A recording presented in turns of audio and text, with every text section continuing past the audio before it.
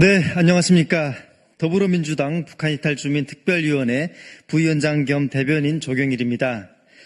윤석열 대통령의 불법적인 계엄 선포를 비판하고 헌법재판소가 국민의 눈높이에 맞는 아주 상식적인 판단을 내려주시길 촉구하기 위해 민주주의 가치를 수호하는 시민사회의 구성원인 북한이탈주민들과 단체가 이 자리에 섰습니다.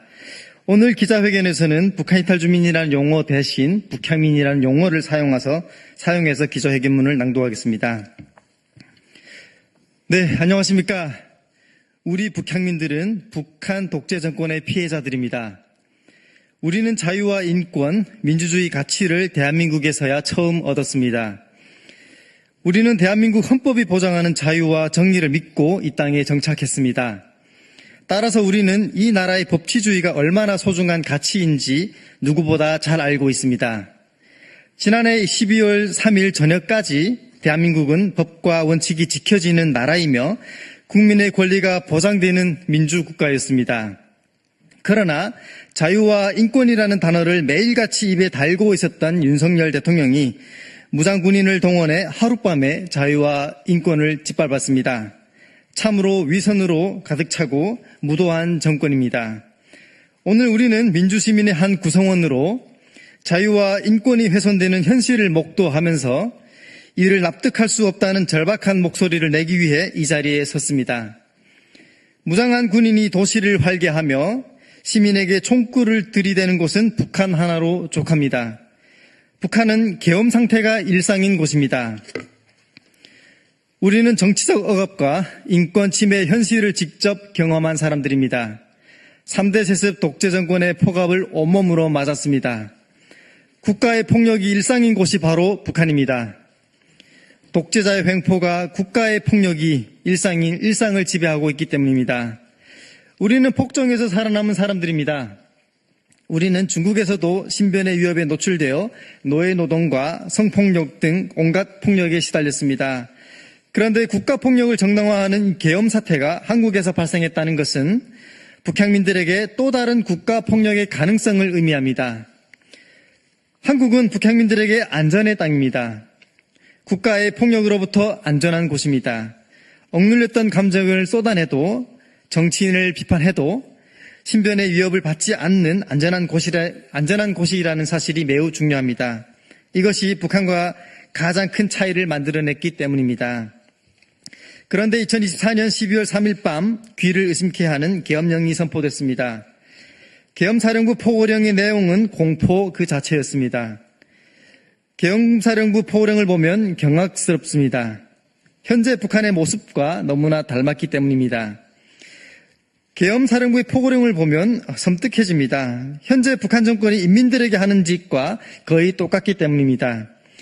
계엄령은 국가가 국민의 기본권을 제한하고 무력으로 국민을 통제하는 상황을 정당화합니다. 북한은 주민들의 정치 활동이 전면 금지된 곳입니다. 오직 당과 수령을 위해 충성해야만 살아남는 곳입니다. 정부에 대한 비판은 곧 죽음을 의미합니다. 오직 독재자에 대한 찬양만 있을 뿐 정치적 결사의 자유도 없으며 집회나 시위도 없습니다. 이는 흡사 계엄사령부 포고령의 일환과 비슷합니다. 글로벌 선진 대한민국에서 일체의 정치 활동을 금지한다는 것은 곧 북한과 같은 상태가 된다는 것을 의미합니다. 북한은 출판의 자유도 없습니다. 그러니 읽을 자유도 읽을 거리도 없습니다. 하루에도 수십 종 이상의 신간이 출간되는 대한민국에서 출판을 통제받는다는 것은 상상하기 힘듭니다. 포고령의 각 항목을 보면 하나같이 북한이 하는 작태들 그대로 모방했습니다. 이러니 북향민들에게 계엄령은 과거의 트라우마와 공포를 떠올리게 하기에 충분합니다. 계엄령을 비판해야 하는 이유는 명백합니다. 계엄사령부의 포고령은 모든 정치활동을 금지하고 표현의 자유를 제약하는 내용들이기 때문입니다. 게다가 영장 없이 체포 및 구금할 수 있다는 내용은 독재시대로의 회귀를 의미합니다. 우리 북향민들은 극도의 국가폭력을 경험했습니다. 따라서 윤석열 대통령의 계엄 선포 행위를 강력히 규탄합니다. 모든 국가의 폭력은 금지되어야 하며 국가를 전복하려는 시도가 아닌 이상 개인의 자유는 보장되어야 합니다. 그것이 민주주의의 기본 원칙입니다. 우리가 계엄선포 행위를 비판하는 이유는 명백합니다. 북향민들은 정치적 억압과 인권 침해의 현실을 직접 경험한 사람들입니다. 따라서 우리는 자유와 인권, 민주주의를 수호하기 위해 이 자리에 섰습니다.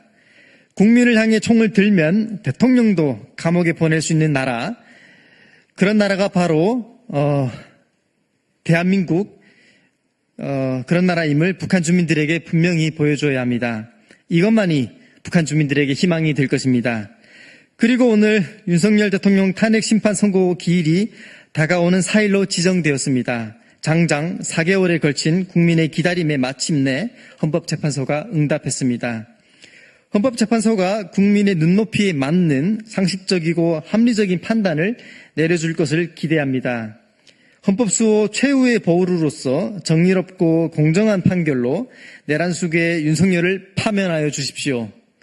헌법재판관 8인은 주권자인 국민이 권한과 역할을 위임한 공직자임을 명심하고 전원일치 탄핵 선고로 민주주의와 법치주의 수호에 앞장서 주십시오.